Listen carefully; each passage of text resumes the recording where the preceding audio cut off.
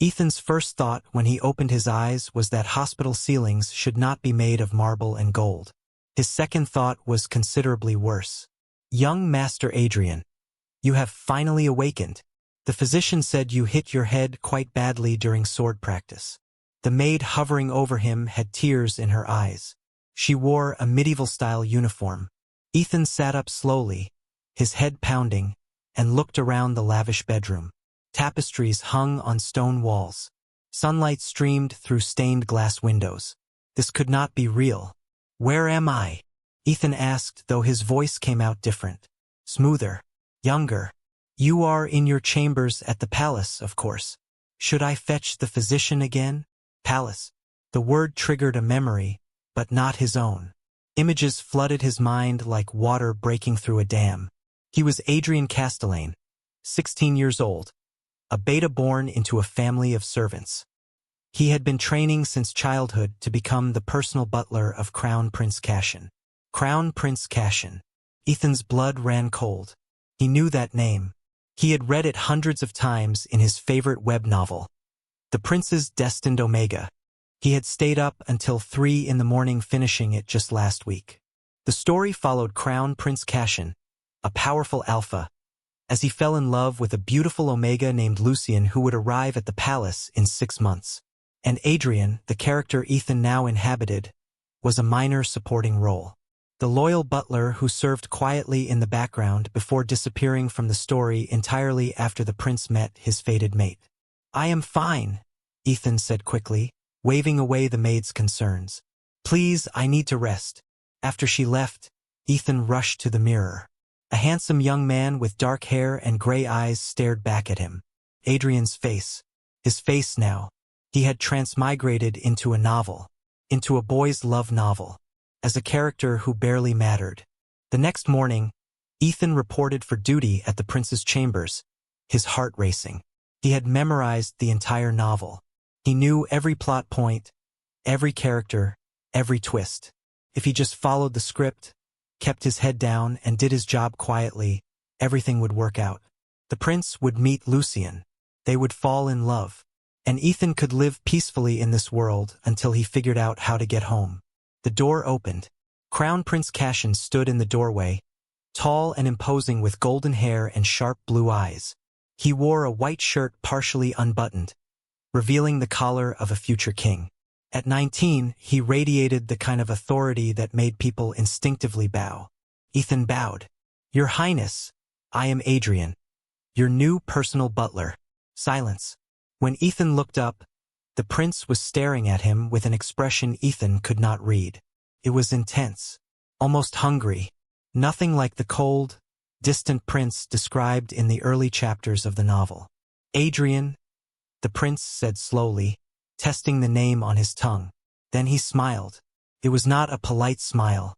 It was warm and genuine, reaching his eyes in a way that made Ethan's stomach flip. "I have been waiting for you," Cassian said. That was not in the script. Over the following days, Ethan realized the novel he knew was falling apart. Prince Cassian did not treat him like a servant. He sought Ethan out constantly, asking his opinions on everything from military strategy to what he should wear to dinner. He smiled at Ethan in quiet moments when no one else was watching. During a state banquet, the prince leaned close and whispered, "You look nervous. Are you all right?" Ethan nodded stiffly, very aware of how near Cassian's face was to his own.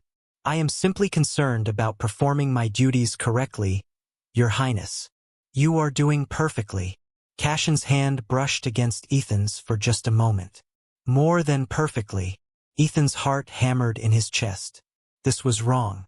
The prince should be cold and focused on his duties right now, not paying attention to his butler. Lucian was the one Cassian was supposed to love, not him. But when Ethan looked into Cassian's eyes, he saw something that terrified him more than being trapped in a novel. He saw genuine affection. That night, Ethan lay awake in his chambers, his mind racing. He had read the story a dozen times. He knew how it ended. Prince Cassian and Lucian were meant to be together. It was fate. It was destiny. So why did the prince keep looking at him like Ethan was the only person in the room? And worse, why did Ethan's heart race every time he did? 3 weeks into his new life, Ethan had developed a system. He would perform his butler duties flawlessly, keep conversations with the prince brief and professional, and absolutely, under no circumstances, encourage the strange attention Cashin kept giving him. The system lasted exactly 4 hours into Monday morning. "Adrian, I need your help with something," Cashin called out as Ethan was arranging fresh flowers in the prince's study. "Of course, Your Highness." Ethan turned, maintaining the proper distance a servant should keep.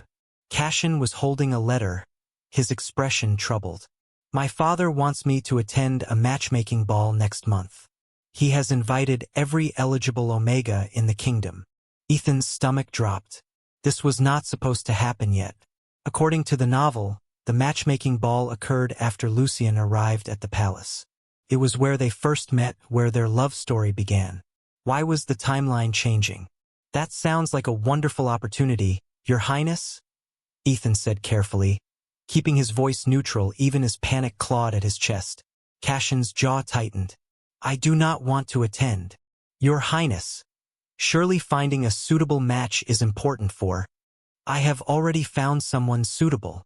Cashin set down the letter and walked toward Ethan with deliberate steps. "Someone who makes me laugh. Someone who challenges my ideas. Someone who sees me as more than just a crown and a title." Ethan backed up until his spine hit the bookshelf. "Your Highness, I am just a butler." You are more than that." Cashin stopped inches away, close enough that Ethan could smell his cedarwood cologne. "Tell me you do not feel this connection between us.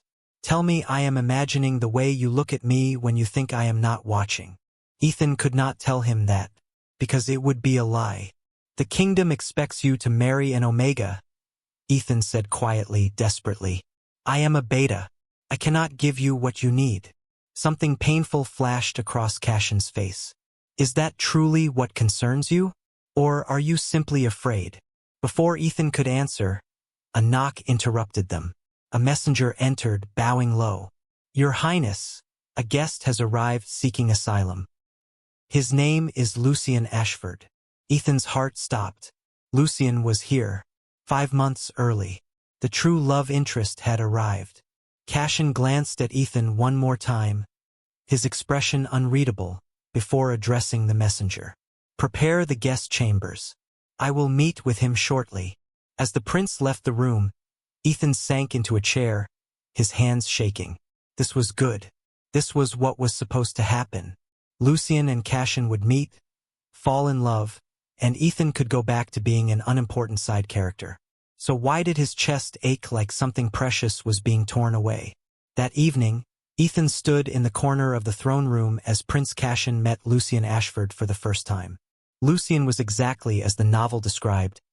Delicate features, long silver hair, violet eyes that sparkled with innocence. He wore simple traveling clothes, but somehow made them look elegant. "Your Highness, I apologize for arriving without notice," Lucien said, his voice soft and sweet. "My family's estate was attacked by bandits. I had nowhere else to go." Cashin's expression was kind but distant. "You are safe here. We will provide you with shelter and protection." Ethan watched carefully, waiting for the spark of recognition, the instant attraction the novel had described in vivid detail. But Cashin barely looked at Lucien beyond basic courtesy. Instead, his gaze kept drifting across the room to where Ethan stood. "Stop looking at me," Ethan wanted to shout. "Look at him. He is the one you are supposed to love." Over the next week, the palace staff buzzed with gossip about the beautiful Omega guest.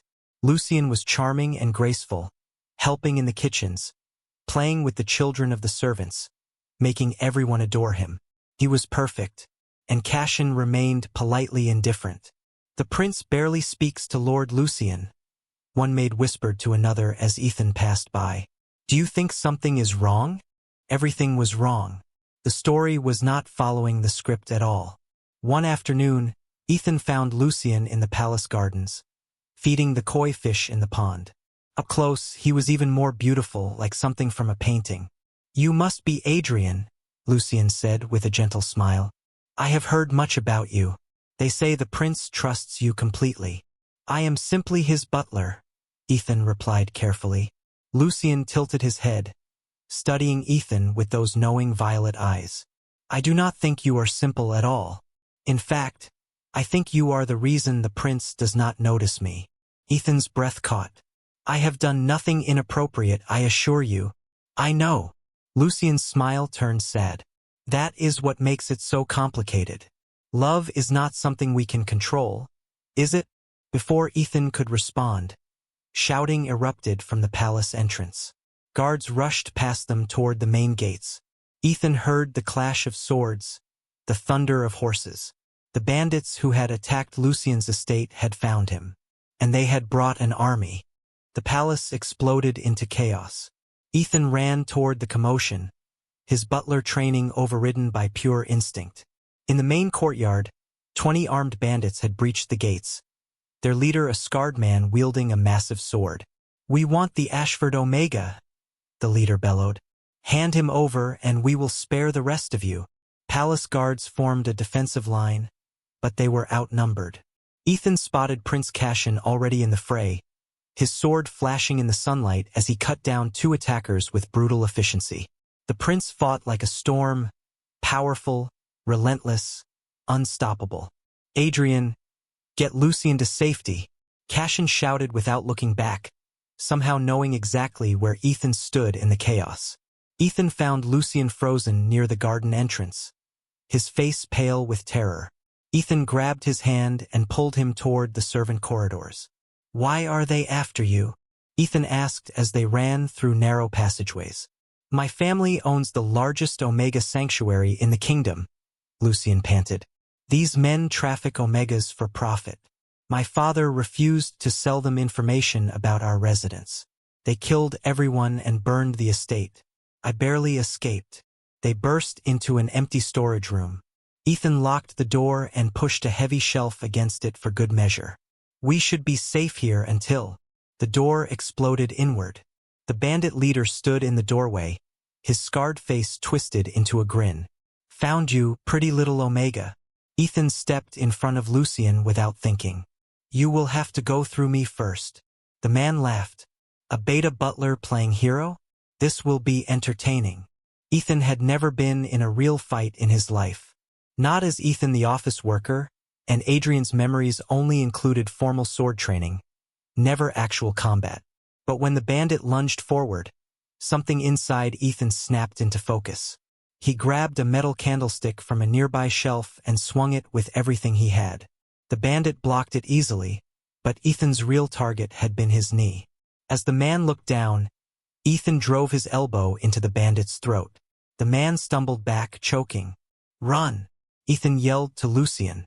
They bolted from the room, the bandits' enraged roars following them.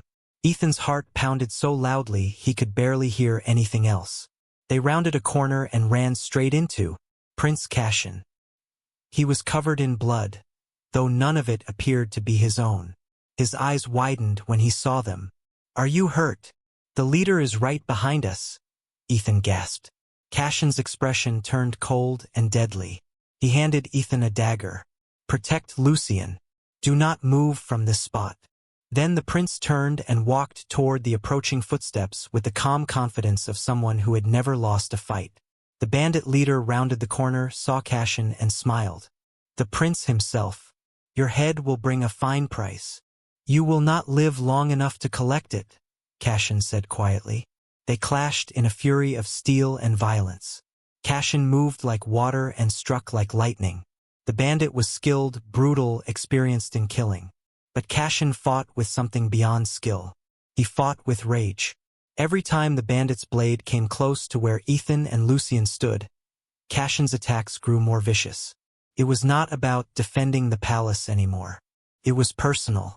The fight ended when Cassian disarmed the bandit with a complex twist of his blade and drove his sword through the man's shoulder, pinning him to the wall. Tell your employers that any Omega in this kingdom is under my protection, Cassian said, his voice deadly calm.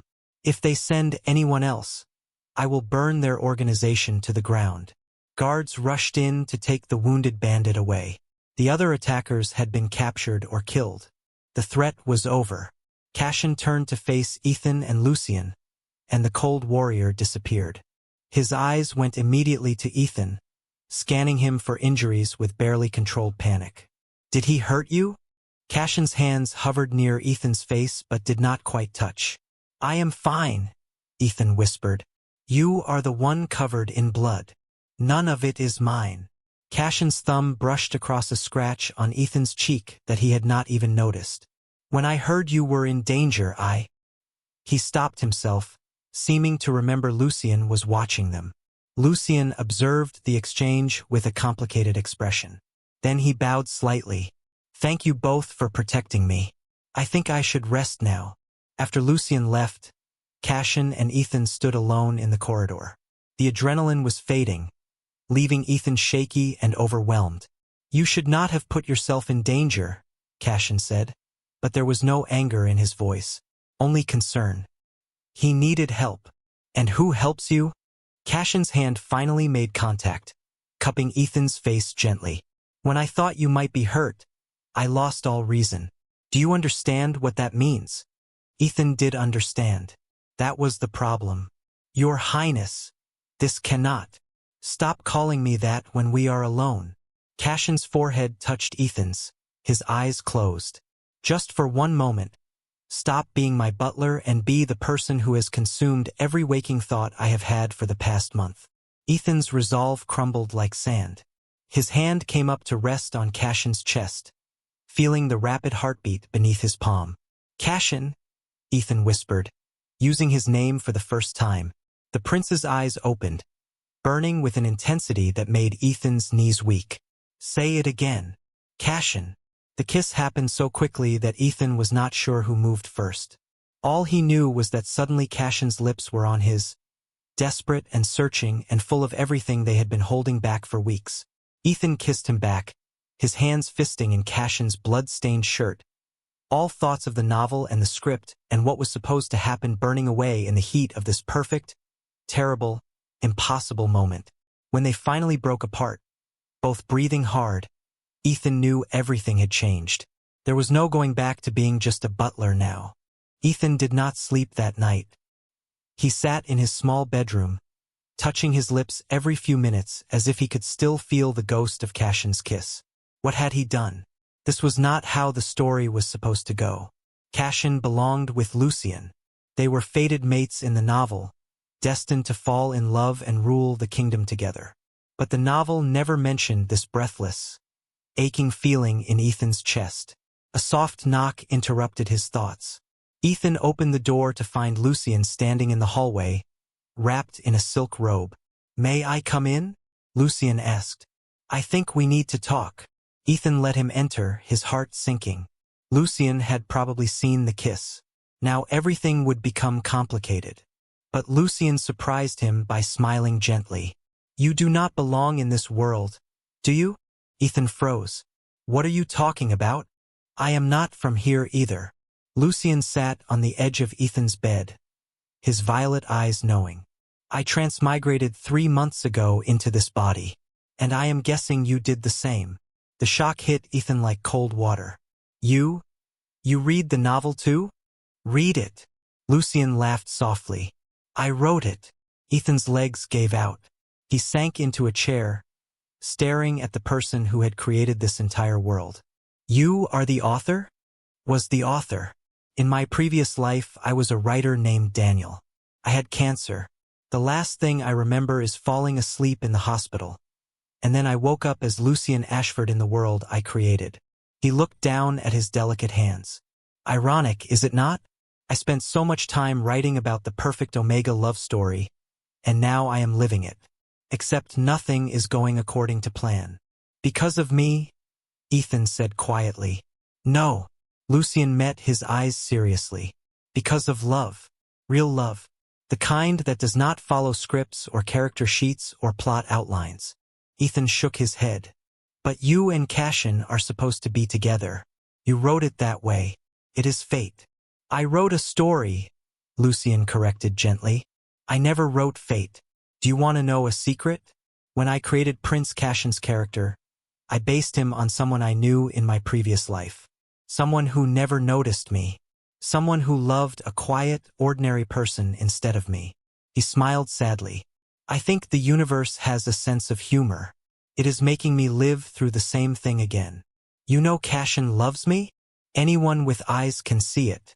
The way he looks at you is exactly how I wished someone would look at me. Lucien stood up and walked to the window. I came here to tell you something important. I checked Cashin's character notes before I died. I never wrote him as someone who could fall in love with an Omega just because the plot demanded it. I wrote him as someone who follows his heart no matter what society expects. Ethan's breath caught. Are you saying? I am saying the story was always going to change the moment you arrived. Because you are real. Your feelings are real. And Cashin's feelings for you are real. Lucien turned back with a bittersweet smile. The novel I wrote was just a fantasy. But this world is alive now. We get to choose our own endings. Tears pricked Ethan's eyes. What will you do? There is an Omega sanctuary in the north that needs someone to run it. I am going to rebuild what my character's family lost. I think that is a better story anyway. Lucien walked to the door, then paused. Take care of him, Adrian. Love him the way I wish someone had loved me. After Lucien left, Ethan sat in silence, processing everything. The author himself had given permission for the story to change. But that did not make it easier. Society still had rules. The kingdom still had expectations. Could a prince really choose a beta butler over duty? The next morning, Ethan was summoned to the throne room. His stomach twisted with nerves as he entered the grand chamber. King Aldrich sat on his throne, imposing and severe.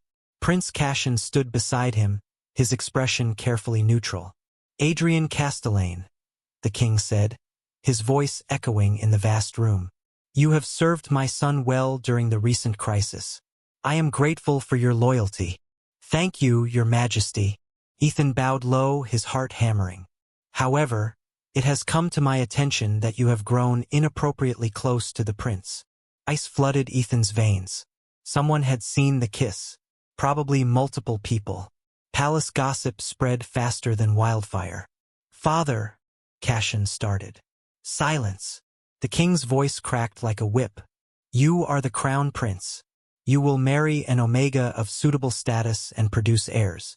This infatuation with a beta servant ends now. It is not an infatuation, Cashin said, his voice deadly quiet. I love him. The throne room went silent. Ethan's heart stopped beating. King Aldrich's face turned red with rage. You would throw away your duty for a butler? You would disgrace our family line. I would choose love over duty every single time, Cashin replied, stepping forward. You taught me to rule with strength, father. But mother taught me that strength without love is tyranny. The mention of the late queen made the king flinch. She had died when Cashin was 12, and the kingdom had never been quite the same since. Your mother was a queen, King Aldrich said, but his voice had lost some of its hardness. Not a servant. She was the daughter of a minor noble that everyone said was beneath you, Cashin countered. You married her anyway because you loved her. You told me that story 100 times when I was a child. Do not ask me to be less brave than you were. The king looked at his son for a long moment, something shifting in his expression. Finally, he sighed and seemed to age 10 years in an instant. You are so much like her, he said quietly. Stubborn, fearless, too kind for this cruel world. He turned his gaze to Ethan. Stand up, boy. Ethan stood, trying not to shake. Do you love my son? The question hung in the air. Ethan knew his answer would change everything. He could lie, save himself, let Cashin marry someone suitable. Or he could tell the truth and face whatever consequences came. He thought about Cashin's smile. The way his eyes lit up when they debated philosophy late at night. The gentle touch of his hands. The kiss that had made Ethan feel alive for the first time since arriving in this world. Yes, your majesty, Ethan said clearly. I love him with everything I am. King Aldrich studied him for a long, tense moment. Then, surprisingly, he smiled. Good. A prince needs someone who will tell him the truth, not what he wants to hear. He stood from his throne. I am too old and too tired to fight against love. But there are conditions. Conditions? Cashin asked warily. King Aldrich descended from his throne, his heavy robes trailing behind him. Up close, Ethan could see the weariness in the king's eyes, the weight of ruling a kingdom alone since his wife's death. You may pursue this relationship, the king said, but Adrian must prove himself worthy of standing beside the future king. Not as a servant, but as an equal. Ethan's pulse quickened. What must I do, your majesty? You will become the royal advisor in training. You will study law, economics, military strategy, diplomacy, and etiquette. You will be tested in 6 months by the royal council. If you pass, I will grant my blessing. If you fail, the king's expression hardened. You will leave the palace and never see my son again. 6 months. Ethan's mind raced. The knowledge from the novel would not help him here. This was real education, real politics, real consequences. I accept, Ethan said before he could lose his nerve. Cashin grabbed his hand. Adrian, you do not have to. Yes, I do. Ethan met Cashin's eyes. You are worth it. The next 6 months became a blur of exhaustion and determination. Ethan woke before dawn to study ancient laws. He spent afternoons learning military formations from the kingdom's generals. Evenings were devoted to mastering the complex web of noble family relationships and trade agreements. His tutors were merciless. Again, barked Master Thorne, the economics instructor, when Ethan miscalculated a tax proposal. A mistake like this could bankrupt 3 provinces. Lady Margrave, who taught etiquette and diplomacy, was even worse. You held your teacup incorrectly. At a state dinner, foreign ambassadors would see this as a sign of disrespect. Do it again, and again, and again until your hands remember even in your sleep. The only bright spot in Ethan's grueling schedule was Cashin. The prince found ways to see him despite both their busy schedules. Sometimes Cashin would appear in the library at midnight with coffee and pastries, settling into the chair beside Ethan to read while he studied. Other times, Cashin would pull rank and demand Ethan's presence at strategy meetings that were really just excuses to steal a few minutes alone.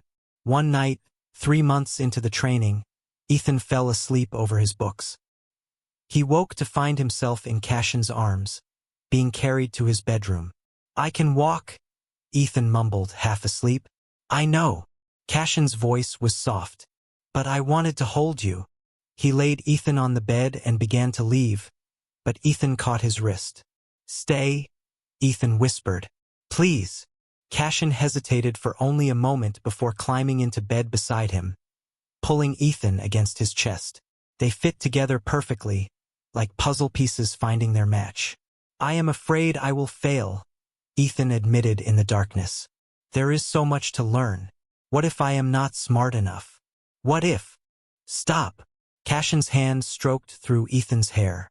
You are the most brilliant person I have ever met. You debate philosophy with scholars twice your age. You solve problems the Royal Council has argued about for years. You see solutions no one else can see. That is just because Ethan almost said read the novel, but caught himself. Because I think differently. Exactly. That is your strength. Cashin pressed a kiss to Ethan's forehead. But even if you failed every test, even if the council rejected you, even if the whole kingdom stood against us, I would still choose you. Always you. Ethan's heart ached with how much he loved this impossible, wonderful man. The months passed. Ethan's knowledge grew. He started to understand the delicate balance of ruling a kingdom, the impossible choices between mercy and justice, the way every decision rippled out to affect thousands of lives. He also began to see why the novel had made Cashin such a beloved king. The prince did not just rule, he cared. He visited villages destroyed by floods, personally oversaw relief efforts, listened to the complaints of farmers and merchants with the same attention he gave to dukes and generals. And Ethan fell more in love with him every single day. But not everyone was happy about their relationship. Lord Blackwood, a powerful duke with ambitions of marrying his Omega son to Cashin, began spreading poison through the court. A beta butler advising the future king? We will be the laughingstock of every kingdom. This is madness. Other nobles joined the whisper campaign. Prince Cashin is bewitched. Someone should intervene. The tension came to a head at a royal banquet 2 weeks before Ethan's final examination. Ethan attended as Cashin's guest, wearing formal attire that still felt strange compared to his butler's uniform. Lord Blackwood stood to make a toast, his smile sharp and dangerous. To Prince Cashin, who has shown us all that even the highest among us can be led astray by base desires. The room went silent. Cashin set down his wine glass with deliberate calm. And to Lord Blackwood, who has shown us that nobility of birth means nothing without nobility of character. Gasps rippled through the crowd. You dare insult me? Lord Blackwood's face turned purple. You insulted someone I love, Cashin replied coldly. That is far worse. Lord Blackwood turned to King Aldrich.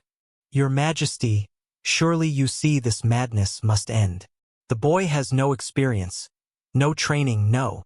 The boy, Ethan interrupted, surprising himself, is sitting right here, and while I lack noble birth, Lord Blackwood, I have something you will never possess, the respect of the people I serve.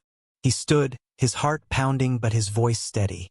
I have spent 6 months learning to advise a future king. In that time, I have visited every province in this kingdom. I have spoken with farmers about crop failures, with merchants about trade routes, with soldiers about border security. I have listened, and I have learned that good governance is not about maintaining power, it is about improving lives. Ethan met Lord Blackwood's furious gaze. What have you done for your people lately besides attend banquets? The nobles erupted in shocked chatter. King Aldrich laughed. Actually laughed. For the first time since Ethan had met him. Well said, boy. The king raised his glass. Perhaps you are ready for that examination after all. Lord Blackwood stormed out of the banquet, but Ethan barely noticed. Cashin was looking at him with such pride and love that everything else faded away. Later that night, in the privacy of the palace gardens, Cashin kissed him under the stars. You were magnificent, Cashin murmured against Ethan's lips. I was terrified. Courage is not the absence of fear. It is acting despite fear. Cashin pulled back to look at him seriously. Whatever happens in 2 weeks, whatever the council decides, I want you to know something. You have already proven yourself to me 1,000 times over. Ethan kissed him again, pouring everything he felt into that moment. 2 weeks later, he would face the royal council. But tonight, he had this. He had Cashin. He had love. And that was worth fighting for. The examination day arrived with ominous gray skies and distant thunder. Ethan stood before the royal council, 15 of the most powerful nobles in the kingdom, in a grand chamber designed to intimidate. Each council member sat in elevated chairs, looking down at him like judges from on high. King Aldrich sat in the center. Cashin had been forbidden from attending, a rule that made Ethan feel more alone than ever. Adrian Castellane, announced Lord Chancellor Edmund, a white-haired man with sharp eyes. You stand before us seeking approval to become royal advisor and companion to Crown Prince Cashin. We will test your knowledge, your judgment, and your character. Are you prepared? Yes, my lord. Ethan's voice did not shake, though his hands did. The examination began. They questioned him about tax law and trade agreements. Ethan answered carefully, drawing on months of study and the practical knowledge he had gained visiting provinces. When they asked about military strategy, he proposed solutions that made the generals sit forward with interest. But the real test came when Duchess Valmont, a stern woman who controlled the southern territories, asked, Tell us, Adrian, why should a beta be allowed to advise an alpha prince? Nature has determined the hierarchy for a reason. The chamber went silent. This was not about knowledge. This was about prejudice. Ethan took a breath. With respect, your grace, nature determines potential, not worth. A beta may lack the physical strength of an alpha or the fertility of an omega, but we possess our own gifts. We are mediators, bridge builders. We see both sides of conflicts that alphas and omegas are too emotionally invested to resolve. Pretty words, Lord Blackwood sneered from his seat. But can you give us a real example? Yes. Ethan met his gaze steadily. Last month, the fishing villages on the eastern coast clashed with merchant ships over territorial waters. The Alpha fishing captains refused to compromise. The Omega merchants felt threatened. The situation was days away from violence. We are aware of the situation, the Duchess said impatiently. What is your point? Prince Cassian sent me to mediate. I spent 3 days listening to both sides. The fishing captains were not being greedy. Their traditional waters had been fished for generations, and changing routes would destroy their livelihoods. The merchants were not being aggressive. They simply did not know the local customs and assumed all waters were open for trade. Ethan walked to the large map mounted on the chamber wall. I proposed dividing the waters with a seasonal schedule. Summer months, when fish migrate closer to shore, belong to the fishing villages. Winter months, when the villages cannot safely navigate deep waters anyway, open to merchant ships. Both sides prospered. Violence was avoided. He turned back to face the council. An Alpha might have used force to impose order. An Omega might have tried to please everyone and satisfied no one. But I found a solution because I listened without the weight of dominance or submission coloring my judgment. That is what a beta brings to advising a prince. Several council members nodded approvingly. But Lord Blackwood was not finished. And what about heirs? He demanded. A prince needs children to secure the succession.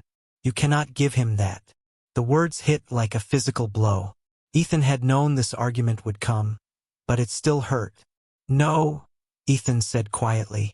I cannot bear children, but the kingdom has options. Prince Cassian has cousins who could inherit. Or the succession laws could be changed to allow adoption. Many kingdoms have thrived without direct bloodline inheritance. Changing centuries of tradition for a servant? Lord Blackwood scoffed. For love, Ethan corrected. And for the principle that a person's worth is not determined by their biology. The chamber erupted in arguments. Some council members supported Ethan's logic. Others shouted that tradition should not be abandoned so easily. King Aldrich banged his scepter on the floor, demanding silence. Enough. We will vote. Ethan's heart hammered as the council members cast their votes using colored stones. White for approval, black for rejection. The stones clinked into the brass bowl one by one. When the final vote was cast, Lord Chancellor Edmund counted them. 8 black, 7 white. He looked at Ethan with something that might have been sympathy. The council has rejected your petition by a single vote. The world tilted. Ethan's ears rang. 8 months of work, of sacrifice, of loving Cassian with everything he had, all of it meaningless because of one vote. However, King Aldrich said, standing from his throne, as king, I have the right to overrule a split council decision. Hope flared in Ethan's chest. But I will not. The hope died. King Aldrich walked down from his elevated seat to stand in front of Ethan. I will not overrule them because you deserve better than to have your position handed to you by royal decree. You deserve to earn it. He turned to address the council. Adrian Castellane has proven himself more capable than half of you combined. But he is right about one thing: tradition matters to this kingdom. So here is my decree. Adrian will serve as junior royal advisor for 1 year. In that time, he will assist the council with governance. At the end of the year, we vote again. If he has proven his worth through action rather than examination, I will personally champion his appointment as royal advisor and give my blessing to his relationship with my son. And if he fails? Lord Blackwood demanded. Then he leaves the palace forever, and Cassian chooses a different path. King Aldrich's eyes were stern but not unkind. Do you accept these terms, Adrian? 1 more year. 1 more trial. But at least it was a chance. Yes, your majesty. I accept. That evening, Ethan found Cassian waiting in the corridor outside his chambers. The prince looked like he had been pacing for hours. I heard, Cassian said, pulling Ethan into his arms. 1 more year. We can do this. Ethan buried his face in Cassian's shoulder, finally letting himself feel the exhaustion and fear. What if I fail again? You will not fail. But even if you did, Even if every person in this kingdom voted against us, I would not give up on you. Cassian pulled back to cup Ethan's face in his hands. Do you know what I realized during these 6 months? What?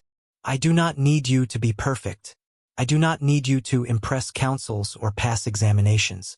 I just need you to be you, the person who challenges me, who makes me laugh, who sees beyond the crown to the man underneath. Cassian's thumb brushed across Ethan's cheek. Everything else is just politics.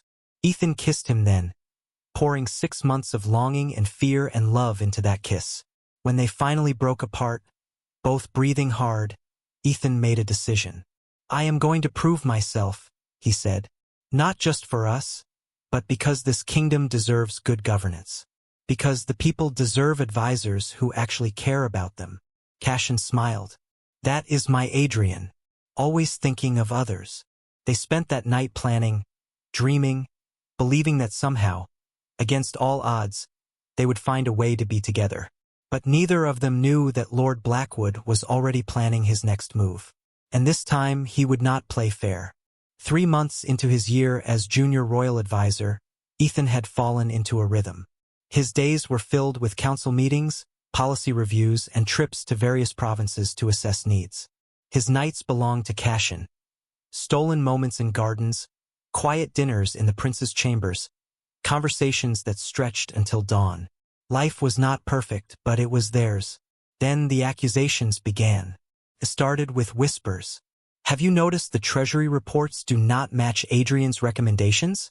Strange that he advised moving troops from the northern border right before bandits attacked.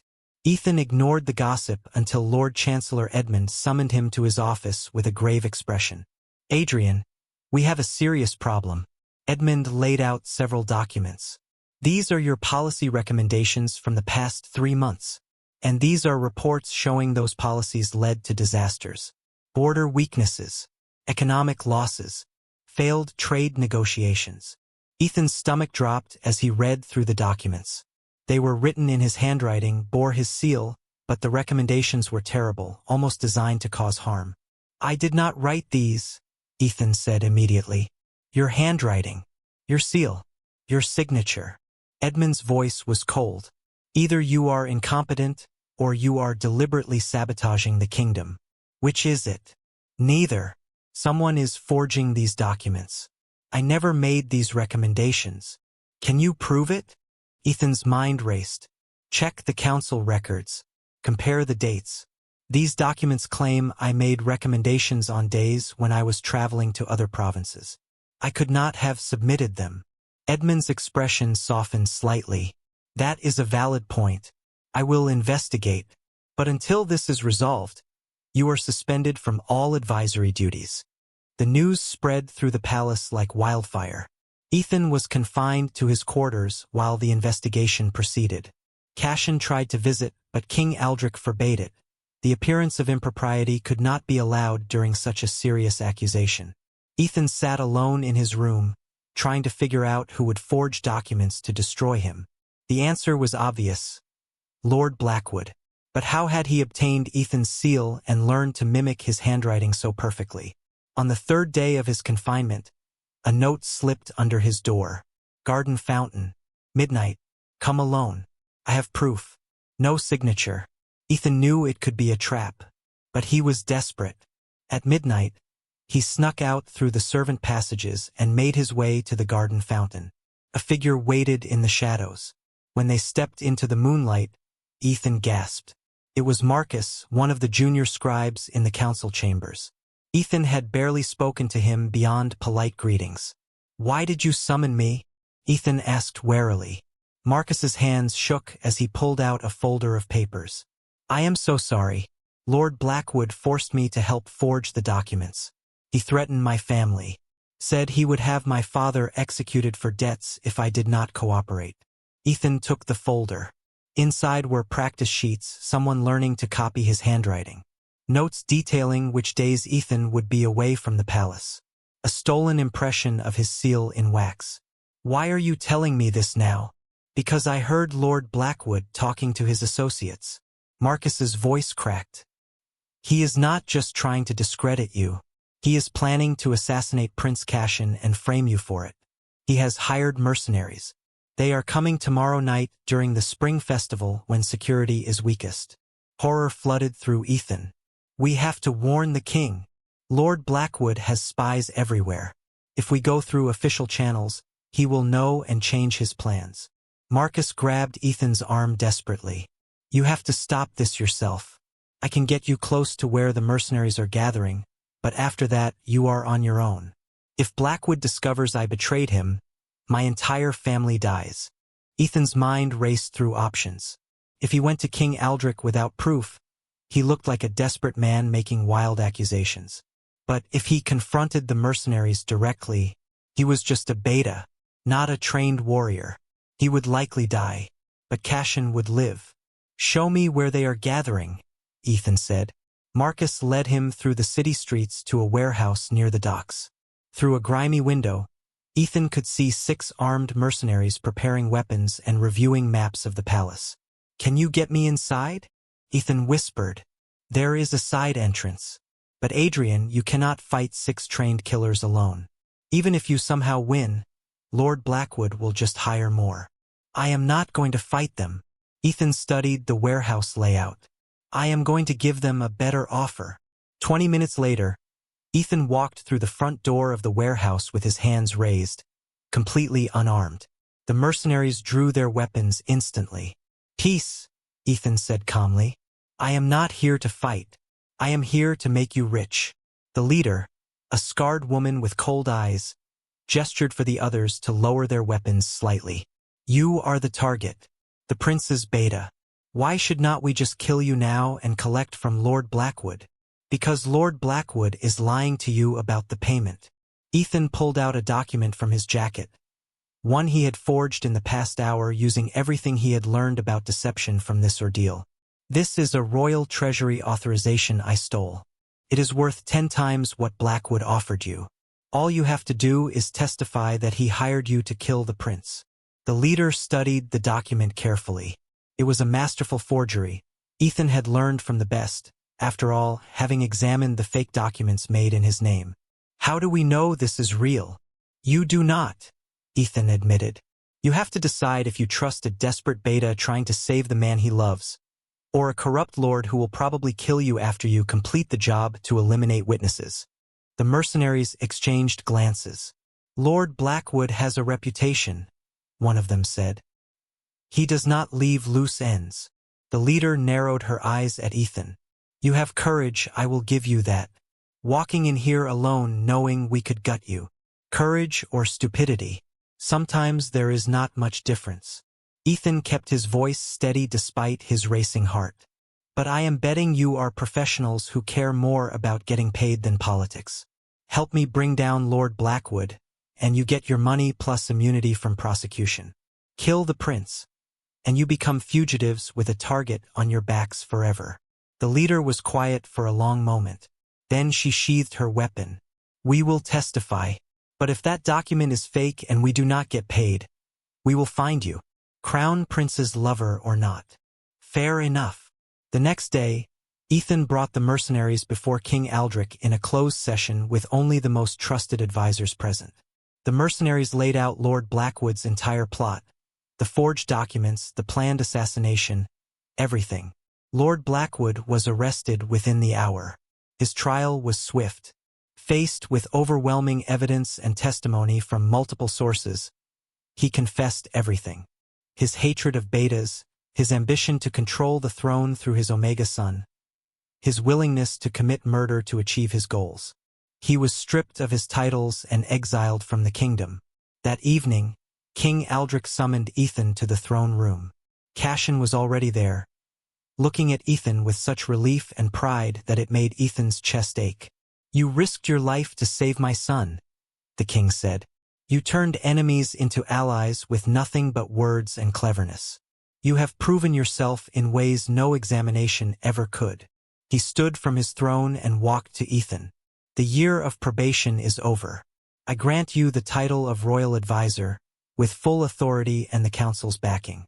Lord Chancellor Edmund has already ensured the votes are in your favor. Ethan's knees nearly buckled. Your Majesty, I do not know what to say. Say you will continue to serve this kingdom as brilliantly as you already have. King Aldrich placed a hand on Ethan's shoulder. And say you will make my stubborn son happy. Tears pricked Ethan's eyes. I will, Your Majesty. I promise. Cashin crossed the room in 3 strides and pulled Ethan into a kiss right there in front of his father and the advisors. Ethan heard gasps and whispers, but he did not care. He kissed Cashin back, pouring months of fear and longing and love into that moment. When they finally broke apart, both breathing hard, Cashin pressed his forehead against Ethan's. Never scare me like that again, Cashin whispered. When I heard you confronted the mercenaries alone, I almost lost my mind. I had to save you. You are worth any risk. So are you, you reckless, brilliant, impossible man. Cashin pulled back to look at him seriously. Marry me. Ethan's heart stopped. What? Marry me. Be my partner, my advisor, my equal. Choose me every day the way I choose you. Cashin's eyes shone with unshed tears. I do not care about tradition or expectations or what anyone thinks. I only care about you. Yes, Ethan said without hesitation. Yes, always yes. They kissed again, and this time, the throne room erupted in applause. 3 months later, on the first day of summer, the kingdom witnessed something that had never happened before.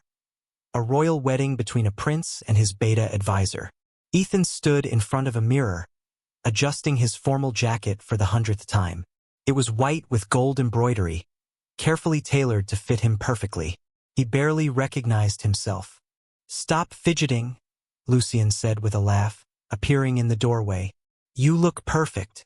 Ethan turned to face the person who had become one of his closest friends over the past months. Lucien ran the Northern Omega Sanctuary now and had traveled all the way to the capital for the wedding. Are you nervous? Lucien asked, straightening Ethan's collar. Terrified, Ethan admitted. What if I trip during the ceremony? What if I say the vows wrong? What if? What if you just breathe and remember that Cashin loves you more than anything in this world? Lucien smiled gently. This is not a performance, Adrian. It is a celebration of what you already have. A knock sounded at the door. King Aldrich entered, looking dignified in his ceremonial robes. May I have a moment alone with the groom? He asked. Lucien excused himself, leaving Ethan alone with the king. Ethan bowed, but Aldrich waved him up. No need for formality. Not today. The king studied Ethan with an expression that had softened considerably over the months. I wanted to give you something before the ceremony. He handed Ethan a small wooden box. Inside was a silver ring, simple but beautiful. This was my wife's, Aldrich said quietly. She wore it every day of our marriage. I thought you might want to give it to Cashin as your wedding gift. Ethan's throat tightened with emotion. Your Majesty, I cannot accept something so precious. You can and you will. Aldrich's voice was firm but kind. My wife would have loved you, Adrian. She always said the measure of a person was not their birth but their heart. You have proven your heart 1,000 times over. He placed a hand on Ethan's shoulder. I am proud to call you my son, even if you did give me gray hairs with that mercenary stunt. Ethan laughed through his tears. Thank you, father. It was the first time he had called the king that. Aldrich's eyes grew suspiciously bright before he cleared his throat and left the room. The ceremony was held in the palace gardens under a canopy of white roses. Hundreds of nobles, commoners, and representatives from allied kingdoms filled the space. It was a statement. This marriage was not hidden or shameful. It was a celebration.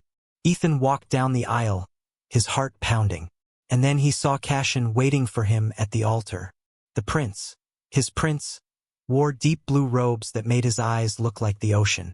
But it was his expression that made Ethan's breath catch. Cashin looked at him like Ethan was the only person in the world, like nothing else mattered but this moment. When Ethan reached the altar, Cashin took his hands, and the world fell away. The officiant spoke the traditional words about duty and honor and partnership. But when it came time for their personal vows, Cashin surprised everyone by going first. Adrian, Cashin said, his voice carrying across the silent garden. 6 months ago, you walked into my life and changed everything. You challenged me to be better. You saw past my title to the person underneath. You risked everything. Your safety, your reputation, your life, to save me. He squeezed Ethan's hands. I promise to honor your courage every day. I promise to listen when you speak truth I do not want to hear. I promise to be your partner, not your prince. And I promise to love you with everything I am, for as long as I live. Tears streamed down Ethan's face as he spoke his own vows. Cashin, I never expected to find love in this life. I thought I was just passing through, following a script that was already written. But you taught me that we write our own stories. You showed me that love is not about destiny or fate. It is about choice. And I choose you. Every day, in every way, I choose you. He pulled out the silver ring from his pocket. This belonged to your mother. Your father gave it to me, and I give it to you now as a promise. I will stand beside you through every challenge. I will celebrate every victory. I will love you in the quiet moments and the grand ones. This is my vow. Cashin's hands shook as he took the ring, recognition flooding his eyes. He kissed Ethan right there, before the officiant could pronounce them married, and the crowd erupted in cheers and laughter. The celebration lasted until dawn. There was dancing and music and more food than Ethan had ever seen. He danced with Cashin, with King Aldrich, with Lucian, with common farmers who had traveled days to attend. At one point, Ethan found himself alone on a balcony, looking out at the celebrating crowd. Cashin joined him, wrapping an arm around his waist. Happy? Cashin asked. More than I ever thought possible. Ethan leaned into him. Do you know what is funny? What? When I first arrived in this world, all I wanted was to go home. I spent weeks trying to figure out how to get back to my old life. Ethan turned to face Cashin. Now I realize this is home. You are home. I do not want to be anywhere else. Cashin kissed him softly. Good. Because I am never letting you go. They stood together in comfortable silence, watching the sunrise paint the sky in shades of gold and pink. What do you think happens next? Ethan asked. We have broken so many traditions, changed so many rules. What if? What if we just live? Cashin interrupted gently. We will face challenges. Some people will never accept us, but we will face it together.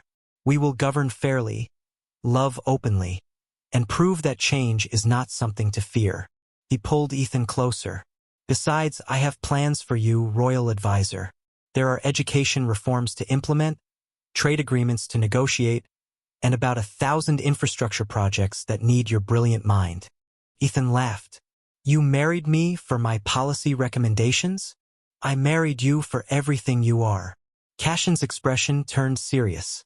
But yes, your policy recommendations are excellent, especially the one about establishing schools in rural provinces. Flatterer. It is not flattery if it is true. They kissed again as the sun rose fully, bathing them in golden light. Below them, the kingdom celebrated. Ahead of them, the future waited. Uncertain, challenging, but filled with possibility. Ethan had been transmigrated into a novel as a minor character who was supposed to disappear. Instead, he had found love, purpose, and a home in a world that was no longer fiction but beautifully, complicatedly real. The script had been thrown away. The story was theirs to write now. And as Cashin pulled him back inside to rejoin their wedding celebration, Ethan knew with absolute certainty that this was exactly where he belonged. In the novel he once read, this would have been the ending. But in real life, in this life they had built together, it was just the beginning. The beginning of forever. Love is not about following a script someone else wrote for you. It's about having the courage to write your own story, even when the world says it's impossible. Adrian and Cashin taught us that true love isn't found in destiny or fate. It's found in choice. The choice to be brave. The choice to fight for what matters. The choice to love someone with your whole heart, even when it's scary. So to everyone reading this, don't wait for permission to love the way you want to love. Don't let anyone tell you that your story doesn't matter because it doesn't fit their expectations. Your love is valid. Your story is important. And just like Adrian and Cashin, you deserve a happily ever after that you create for yourself.